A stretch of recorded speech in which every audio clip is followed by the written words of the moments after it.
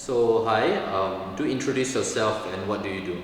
Hi, I'm Sroyon Mukherjee. I'm a Post-Doctoral Research Fellow at NUS at the Asia Pacific Center for Environmental Law, and my work is on environmental law and economics, so that's what my research is on. In my spare time, I'm also into photography and pinhole cameras, which is the subject of my PJOC exhibit. Yeah, sure. So my exhibit is about homemade pinhole cameras. So pinhole cameras are very simple cameras. They don't have a lens. The image is formed by a tiny hole at the front of the camera, and it's recorded using photosensitive materials like film or photosensitive paper. So they're very, very simple cameras, and you can just make them at home, which is what I do. So the cameras that you see here behind me are basically all made from recycled materials like cardboard boxes, cake tins, and so on. So this is a stereoscopic camera, so it takes two images from two different perspectives. So there's two shutters. So I open them, then I leave them open for a bit, and then I close them when the exposure is done. And inside, yeah, it's just made from a phone box, a smartphone box. And you can put paper inside, so that's like photosensitive paper, and there's a division, like a partition in between, and then from these two pinholes it's recording two different images.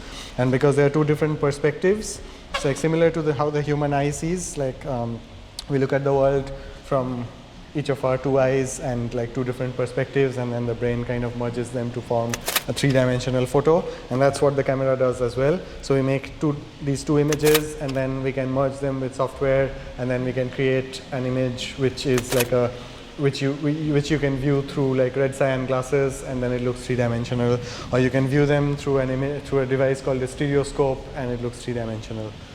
I would say if I had to describe pinhole photography in one word, I would probably use the word imperfect, or you could use the word unique or unusual, because they do have a unique or unusual look to them.